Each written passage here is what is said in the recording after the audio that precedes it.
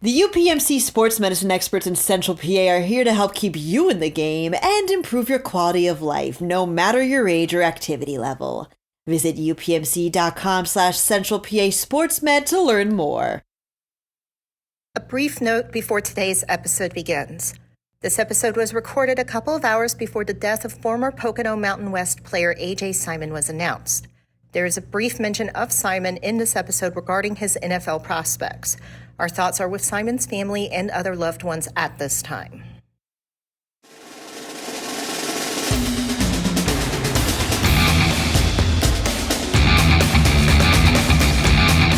Okay, welcome to another edition of PA Football Report. Another glorious, cloudy day, seemingly ready to erupt in rain at any minute day in Central PA. I'm your host, Eric Epler, alongside PennLive colleague Dan Sostek. How are you, Dan? Oh, I'm doing well. This is one of my favorite times of the year when you start covering softball and baseball, and the first few weeks are frankly awful when you're just sitting out there in the freezing cold. Sometimes it's raining, but once it starts getting to that 70, 75 degrees, then you start feeling like, I can't believe I get to do this for a job. I just sit outside and kind of suntan for a couple hours while you watch some baseball or softball. So now's the good times, and then we're going to get busy again. Yeah, I'm a mid-60s guy. I love it when it's a little chill in the air. The water's cold, though, so it's tough to get in the ocean. But yeah, we'll get there eventually. So we had a little hint, little 2-day run that was nice, upper 70s recently. But yeah, we'll get there. We'll get there. So we're a little short today. Brian Linder's off to Acapulco, I think. He just took off on a whim, a little vacation time. So he'll check back in with us next week. But Dan, as you know, the National Football League's annual draft fast approaching. It's at the D this year. Detroit, Michigan, my old stomping grounds, is where millionaire college football players will now become millionaire NFL players. So April 25th, Thursday, April 25th, all the way to Saturday, April 27th, they string this thing out 3 days. Nice job. And you, obviously, as a New England Patriots fan, the Pats are slotted in as the number 3 pick right now. And my long-suffering Chargers are now in the 5 spot, which is good news for them. Maybe. I don't know. We don't have a great track record. You'll have a wide receiver there to pick. There are a billion. Every draft from here on out is just going to have a billion good wide receivers and no real good cornerbacks. So no, absolutely not. But what we want to cover today is just chat about a couple prospects from the Keystone State, where they might land or where they might best fit. And, as you know, everyone from the highest paid analysts at ESPN to Tom, your mailman, has a mock draft out these days. So the information can get a little bit confusing. You never really know till it actually happens. Anything can happen in an NFL draft. They say that every year, and anything does. So it can be a bit confusing for sure. So we're just talking about some of the strengths of guys that we've seen in person or we've checked out a lot of film on and obviously watched on Saturdays college ball, and Thursdays and Fridays. And if you're a Mac lover, Tuesdays and Wednesdays too. Yeah. So that's always a good thing. So some of these PA guys. As a long-suffering Pats fan, Dan, I know you've been long-suffering. Yeah, I mean, no one feels bad for you, by the way. Yeah, no one. See, the thing is, my dad makes sure he rubs it in because he's an actual Patriots fan since the 1960s, and he always reminds me, you don't know how good you had it because he sat through some really bad football teams as a kid growing up watching. He still says Steve Grogan is better than Tom Brady. So Steve Grogan was good, man. Yep. Yeah. He really was. He really was. That's my dad. That's kind of the bar. If this rookie quarterback's not as good as Steve Grogan, it's going to be a disaster for him. So he's too old to watch people worse than Steve Grogan now. So. Bo Nix, Steve Grogan. I don't know. He hated Tony Eason though. He was not a Tony Eason fan. Really? Why did he not like Eason? Called him a pretty boy. He said Grogan was the tough guy. Grogan was the everyman. Eason was the pretty boy. So Grogan was Jake the Snake. Yeah. Grogan was a guy that would probably would not play very many games now because he'd be in the concussion protocol every week. So. Oh, awesome. Well, let's start with a couple PA guys, Dan. I'll turn it over to you to start. Guys, obviously, we've seen the top prospects list. We've seen this guy play a lot of football. I got to see him 2 or 3 times during his high school career. Phenomenal player. But who do you want to start with? Yeah, I mean, it's hard not to start with Marvin Jr., right? Right. And I think the interesting thing about him, right, is when you get these guys who have the junior, who have the same name as the dad, who's the Hall of Famer, there are 2 ways it can go, right? One of those ways is we're seeing it in college basketball right now with LeBron James Jr., right? Where he's almost kind of been a victim of that name to a certain degree, where everyone expects him to go to USC and average 20 points a game and be this superstar, isn't even allowed to kind of develop into a guy. And if he doesn't, then it's kind of a huge failure. But then there are guys like Marvin Harrison Jr., where you're almost like, is like, it almost feels like people are kind of at the point where they're over scrutinizing him because of the name. But then you turn on the film and watch him, and the dude, if his name was John Smith, I think you'd be pretty quick to realize this 6'4" dude who runs a 4.4 40 and is as good a route runner as there been in quite some time. I mean, just a special football player. I didn't get to see him play, and I never covered any of those St. Joe's prep teams. You saw him a couple times, and anyone who's seen him seemed to indicate that despite him not being like, I don't think he was this 5-star recruit. I think he was a 4-star, like number 80, 90 in this country, but not the pedigree you'd think for having that name and having where he is now, right? He still was kind of just another 4-star that a team got. But he looks like just as sure a thing as there's going to be a stud NFL wide receiver.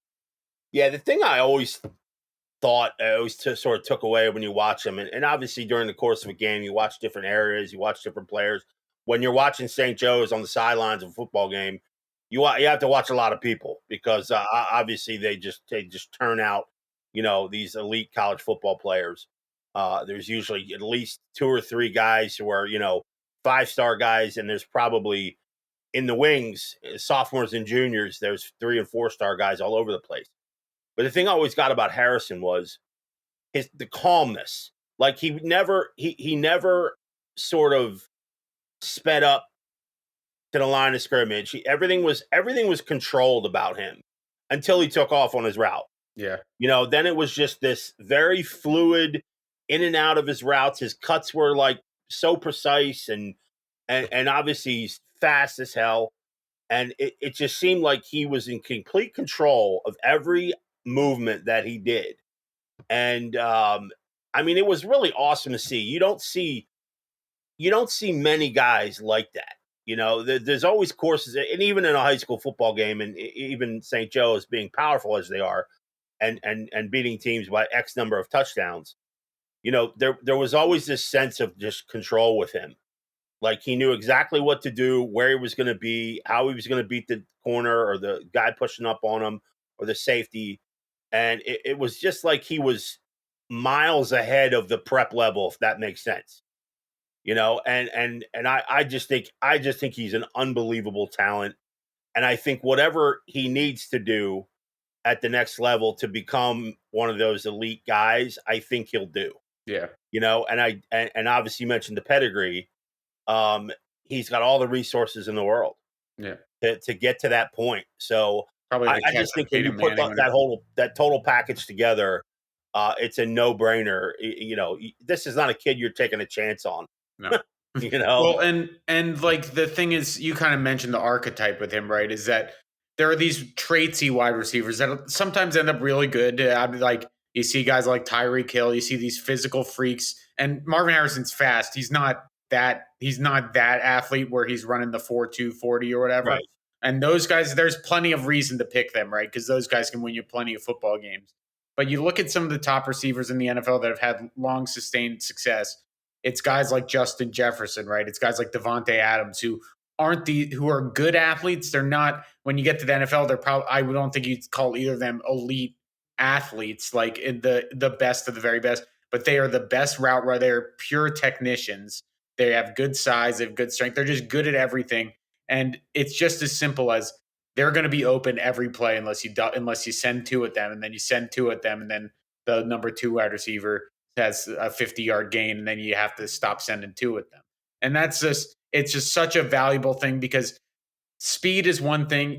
It's easier. I bet if you give it to any NFL coordinator who's tougher to stop, is it easier to send two at Tyreek Hill or go with Justin Jefferson, try to get him one-on-one and beat him when he's got open space and can, make any sort of decision on that route tree. It's just impossible. And that's the type of receiver I think if you're drafting Marvin Harrison Jr., you're expecting that guy you're expecting that Justin Jefferson guy is going to have 1,800 receiving yards in a season for an elevate a quarterback that's pretty good like Kirk Cousins and make him look like a Pro Bowler. So Yeah, think of all the intangibles too that guys that you mentioned and having the long careers, the long successful careers like his dad did. yeah, Think of all the knowledge on what to do after games, how to tend to your body, yeah, how to do all those how to lift, all those intangibles that he has ingrained in him, or he just asks a question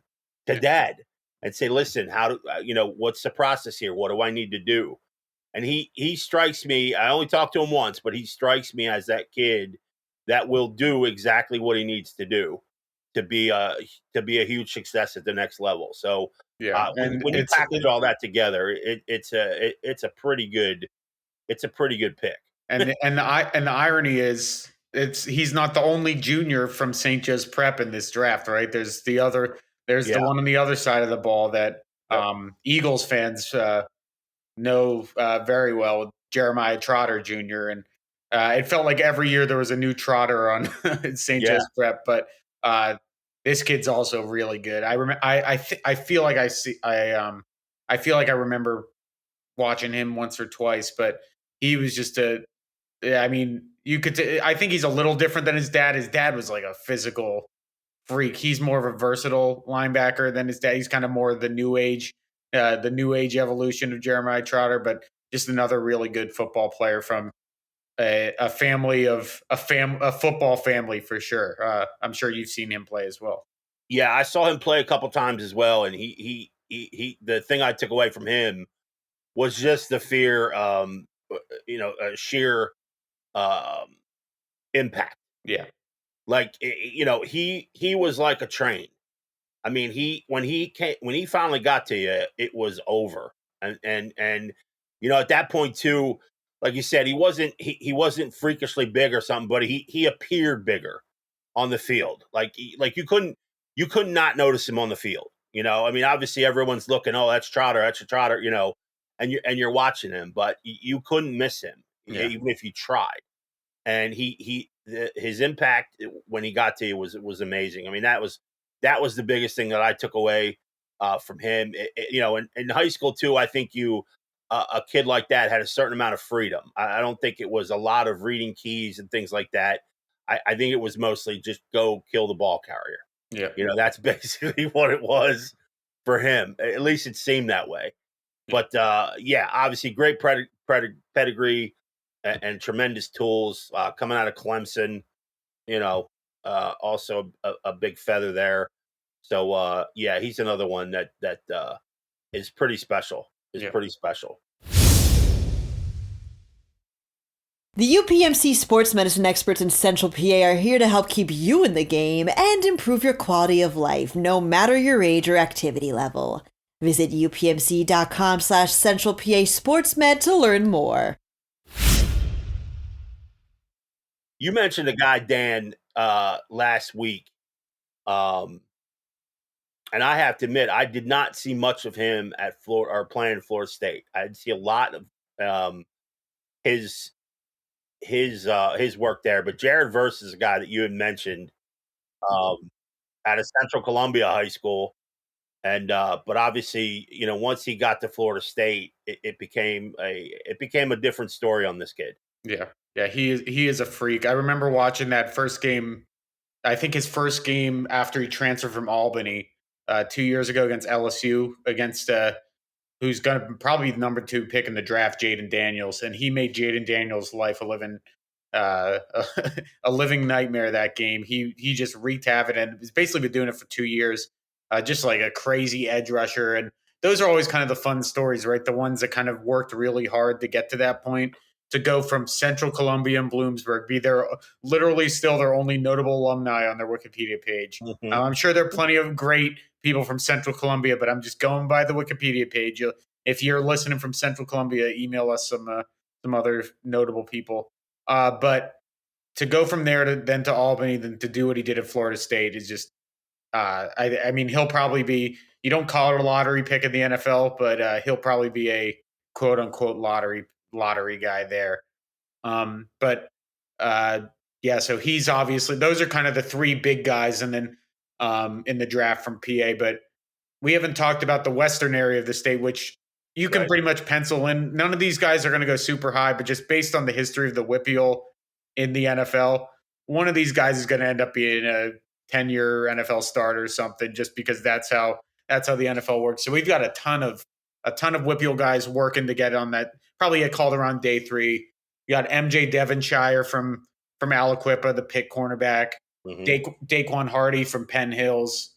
Mike Kadick from also from Pine Richland, Indiana, University of Indiana. We've got Devin Danielson from Thomas Jefferson, Jake Cradle from Butler, a couple more Pitt guys, and then Phil Jerkovic, who is making the move. Sounds like he's making the move to tight end, at least trying.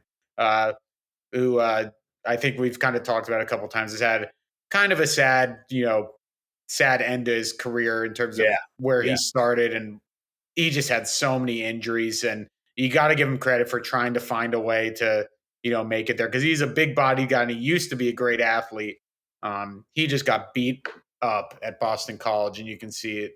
But some of those guys there, I saw a lot of MJ Devonshire at Pitt. He started his career at Kentucky, didn't really see the field there, but he was obviously, I believe, a state champion at Aliquippa. And he really put together. He was one of those guys. Pitt's kind of been doing this thing where, some of these WPIAL kids go elsewhere, don't play as much, and then they come back to Pitt, come back closer to home. They've done it with Donovan McMillan and Derek Davis recently, and MJ Devonshire is another kind of success story in that, because he's just been a really solid cornerback and kick returner at the big pick 6 against West Virginia. He was a really good player at Aliquippa, and apparently he's had a really great draft process and is probably going to hear his name called. So that's pretty cool. And then Daquan Hardy, another guy that just worked his way up to, getting that Penn State offer and has just been a real solid contributor. So Ep, which of those guys do you remember kind of seeing some of in high school that you were impressed? Devonshire, I remember Hardy. I remember Verrill from a lot from Penn Hills. Obviously, that was a year or two they got to Hershey. But Devonshire reminds me of like a Foster, like Robert Foster. You know what I mean? A guy who's like, Foster was at Alabama. Yeah. And then, and it sort of, I don't know, I don't want to say derailed early in his NFL career, but, had some issues kind of. And when I saw him in high school too, you just saw him playing on Sundays. Like he was certainly the fastest guy in that semifinal against Lowered Off, and that was that story you have against Lowered. Yeah, I mean, it was ridiculous. When Robert Foster took just a toss right, and Lowered Offen's on the far side at the Ravens Den, also known as Mansion Park Stadium. We used to call it the Ravens Den because mid-Penn teams used to go there to die in the state semifinals. Our district champion would go to the Mansion Park, and then they would meet up with the WPIAL, and it would be lights out. And for this particular case, it was Lowered Off, and they'd won 4A, and they went and it was Central. I think it was their first play from scrimmage. Central Valley. He played at Central Valley, and it was a toss right to Foster. And he, for some reason, he turned the corner. It seemed before the defense was out of their stance. Mm-hmm. Like he was that fast, and he went by Coach Rob Clock, who was coaching at the time, and Rob was on the sidelines and just kind of said without saying any words, just mic'd the term "whoa." Like, and Foster went, 68 yards or whatever for a touchdown. And it was just like, oh, this is going to be a really long day, you know? But Devonshire reminds me of a guy like Foster. I think he's going to have a good NFL career because you need those type of guys. And even if it doesn't tend to work out somewhere, guys with those kind of skill set tend to get shopped around and move around a little bit because they're in need at a bunch of NFL spots. So I think Devonshire is going to have a great Hardy. You know what? I'm not sure. Because Hardy's to me, not the tallest receiver, but a hell of a playmaker. And I don't know what. He's probably more a defensive back. Yeah, I mean, it would have to be. I would think even as a slot receiver, I'm not quite sure at the next level. For Hardy, but he's so dynamic and he's so fast. And, I don't know, maybe it's a guy like, like a Devin Hester type guy, you know what I mean? Just put him back to the return kicks and punts Yeah. and see what he can do. But a guy that fast, you tend to find a spot for him, especially in today's NFL. So yeah, I wish him the best, but he was a hell of a player too. He had a great game. I saw, I'm trying to think I guess it was the final. They all blend together, don't they? Yeah, it's when you do it 28 years, it happens.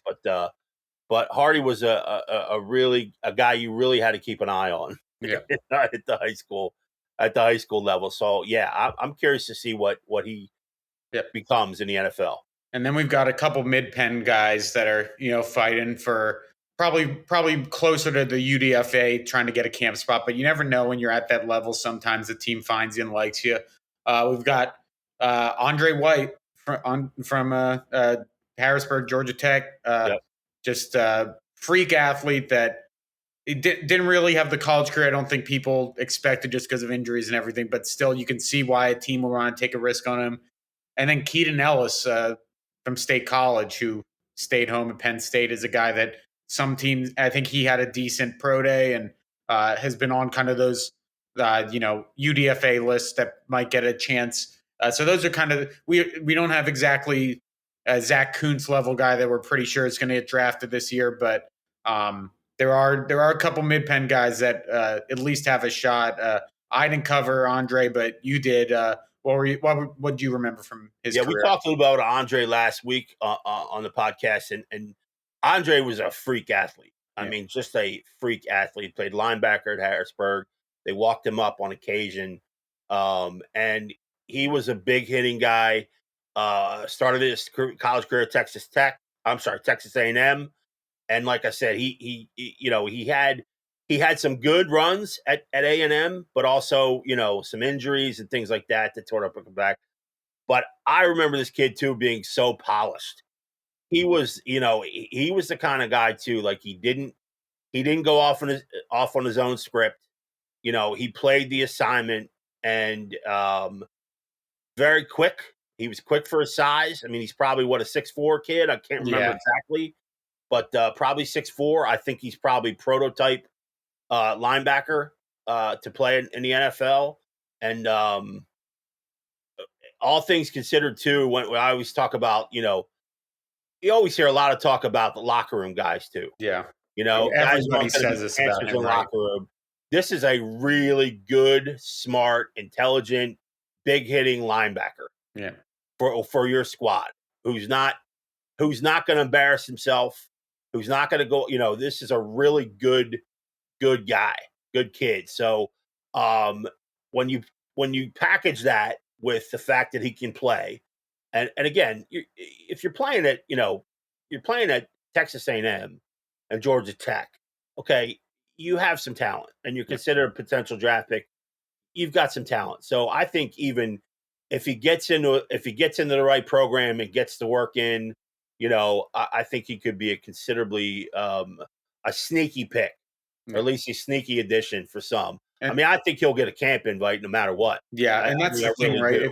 If you work, if it's two things, right? When you have at some point, it's based on your chances are based on where you get picked and your opportunity, right? So, but if you're willing to do anything, you're willing to be that special teams guy. Look at Waynesboro's finest, Forrest Ryan, he's going to probably have Exactly. a nice 6-7 year NFL career because he just kept grinding. It's like, I'll play whatever position you want me to, and now I think he's still with the Colts. And if I had given you $100 to say if Forrest Ryan be an NFL player after his Waynesboro career, I don't think you would have put money on yes. But it's those kind of guys, and from all accounts, it sounds like Andre White's that type of kid that's just willing to do anything to make it.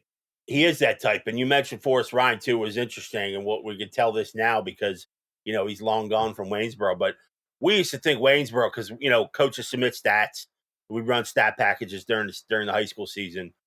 And, it would become it. And Forrest Ryan would be, it was almost like 20 tackles a game. Yeah.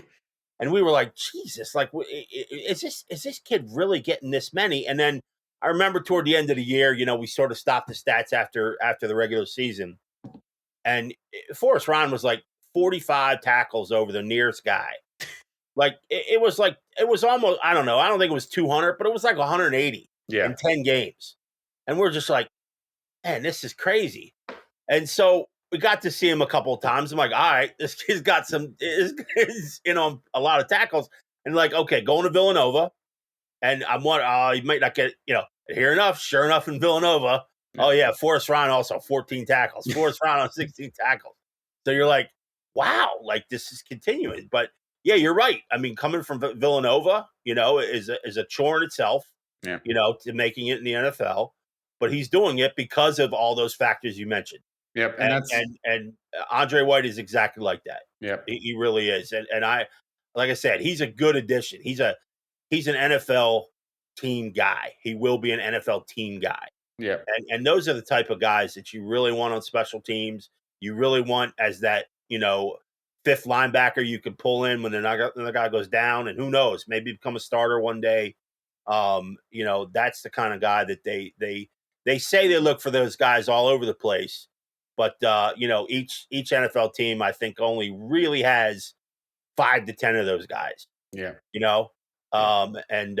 He'd be a great addition. Yeah. And Ryan's a good transition to kind of the last group of people I want to talk about after giving a quick shout out to a couple other dudes. David Martin Robinson, who played at Hempfield, plays at Temple. This guy who's some people have pointed out might get a chance. Tyke Smith from Georgia played at Emotep. He's probably going to get his name called day 2 or day 3. So those are a couple other guys, but this is the fun group here because speaking of Forrest Ryan, there are a couple of small school kids that have received some shout outs as potential either draft picks or UDFA guys from really small schools. And the first one, I think one of the higher ranked ones, but I think this is Matt Miller from ESPN who pointed him out.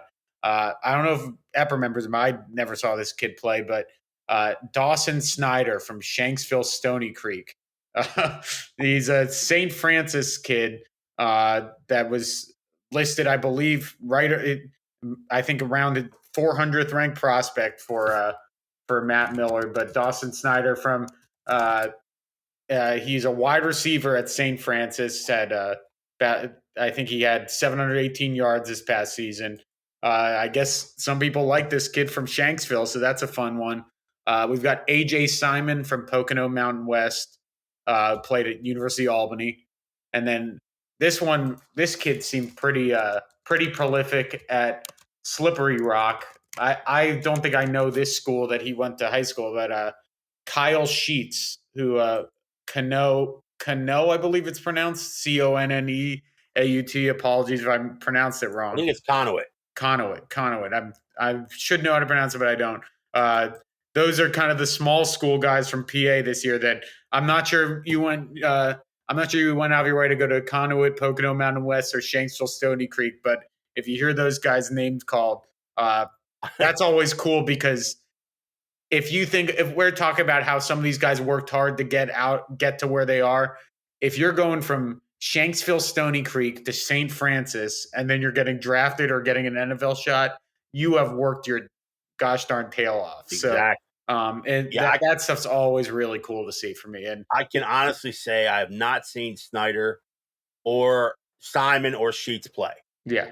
But there is an interesting note on Conneaut. there is a Conduit area, which I believe is in PA, and then there's Conduit, which is right across the border in Ohio. I think there's two. Yeah. I may be wrong about that, but I keep seeing multiples. But no, I spent very few amounts of minutes in the we tend to upper northwest of Pennsylvania. Yeah, and because most of our coverage kind of those areas beyond seeing some huddle stuff and top recruits is going to the state championships, right, and seeing them. So if you're not playing in kind of the PIAAs, it's hard for us. But that just goes to show you how hard you have to grind to kind of get on these lists and get chances. Then, of course, obviously you got all the Penn State kids and the Pitt Right. kids and the Temple kids. Kid from Lock Haven is getting some interest named Chris Collier. But yeah, I mean, I think next year we're going to have some good. Next year you have guys like Will Howard. Maybe if he has a good year at Ohio State, could be one of the top 10 quarterbacks drafted or something like that.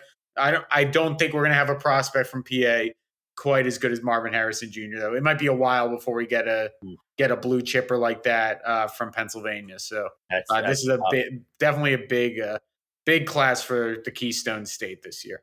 Yeah, there'll be a lot of Penn State guys off the board. I'm interested. Like I said, I'm a tight end guy, so I'm interested in that to see where. Theo Johnson. He's not a PA guy, but I believe his brother plays for Trinity. So yeah, I like Theo Johnson a lot. Very underutilized as a pass catcher. And use the tight end, JF. Use the tight end. It would help. It would help. You got issues with the wide receiving crew.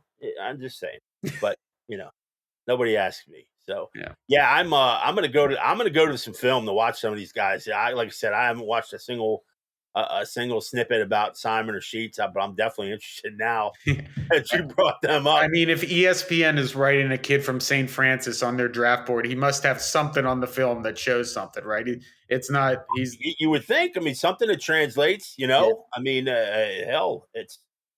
Like you mentioned about the wide receivers. Now it's always the deepest set. You find all pro guys in the 5th, 6th round. I mean, look at Adam Thielen. What was it, Minnesota State or something? One of the better wide receivers. That's the beautiful thing about football, right? You can have the guys like the 5-star quarterbacks who fade out in 2 years, and you can have the guys that you can have a guy like you can have John Kuhn make 10 years from Shippensburg University as a fullback and make more money than a lot of all pro 5-star QBs that were pampered as kids. So it's a democratic sport at the end of the day. So well, it's also when you're talking everything NFL too, and the college, the way the college game is now with the portal. The one great thing about the portal too is it produces guys like Verse. Yeah, it produces guys like Hardy. Mm-hmm. Hardy started as a MAC guy. Yep. And these kids that we've seen guys go from Division II schools and now they're in a Power 5 conference and they're doing great things and now they're on the draft board. I mean, I guess that's one positive thing for the portal. Yeah. And if you do your job at one place and somebody else is going to want you and maybe you get a little bit of money out of it, which is great for them. So it's not all bad. No. Transfer portal isn't all bad as much as coaches want to tell you it is. Oh, it'll be fun. I'm imagining Thursday evening I'll have a Drake May jersey that I won't be buying until he. But who are you hoping? Who are you hoping the QB is for you guys? Who are you hoping? I have a feeling. I am on an island, but I have a feeling about JJ McCarthy. I'm telling you, JJ McCarthy, I would take all day in that spot. I think that kid's a winner. I just think I know that's cliche. I know that people don't like hearing that stuff. They like the tools and the traits and everything, but I think he's getting unfairly maligned because he played in a run heavy offense and people act like this guy wasn't a 5-star quarterback recruit, and the people compare him to Mac Jones when he runs like a 4.6 40 compared to Mac. I just have a feeling about him, but I'm one of those fans. I think I can sell myself on whoever they pick until they start playing, and then I think they all stink. So I mean, he's 5th. He's 5th on some, in the rank, some QB rankings. Yeah. Well, first of all, I don't know how Bo Nix is fifth either, but I like Bo Nix. But anyway, Bo Nix and Penix and all these guys. Yeah, I mean, some guys have Penix fourth. Obviously it's Williams, Daniels, May, Penix, McCarthy, Nix, and the rest. But yeah, it surprises me that some of these guys are ranking McCarthy fifth. I don't get it. I think he's the real deal. But again, I'll be fine with it. I mean, Drake May, they said he's a good kid as well. But the thing there's some accuracy questions, and that stuff is always worrisome to me at quarterback. I feel like I don't feel like you suddenly become an accurate quarterback overnight. So, well, I agree with that. Yeah, I agree with that. I don't know who my Chargers are going to take, but I'm like, I think you get a Neighbors jersey ready. I think. Do you think so? They need some speed. They just traded Keenan Allen, right? They need a number one. They need help. They need a lot. They need a lot. Honestly, Jim Harbaugh, I wouldn't put it past him just taking McCarthy and telling Justin Herbert to kick rocks. Well, we'll see. Yeah, I don't know. I might have to skip if Harbaugh's my coach now. I don't know. Yeah, and I just wrote about it on Bill Belichick's joining McAfee's draft show. He's going to be the analyst on Pat McAfee's draft show, so that might be well. That'll be very exciting. He might have his first cup of coffee. He said he's never had a cup of coffee, so he said he might take his first cup of coffee of his life. So, yeah, that's I don't believe you don't buy it. No, it's like somebody said, "Oh, I've never had a banana." Yeah, come on, stop, just stop. Jeez, well, who knows what McAfee will have him drinking? Yeah, but McAfee might have him taking some stuff that might get him in trouble. Yeah, exactly. Is he gonna wear a hoodie? No. Is he gonna wear a what do they call those things? Oh, the tank top. Yeah, I mean, it's Detroit. It's Detroit in April. It still might not be. It's still chilly in Detroit. Yeah, you're right. You're right along the river, man. Yeah. That's crazy. Yeah. All right, man. So it's a reminder: April 25th, 27th, NFL draft. We talked about a couple PA guys, had some fun. So good luck to your teams and the draft coming up. Hope they grab who you want, and get out there and buy a jersey and spend some money on your squad. So thanks for joining us. We'll be back next week with another round of PA High School Football Report. See ya.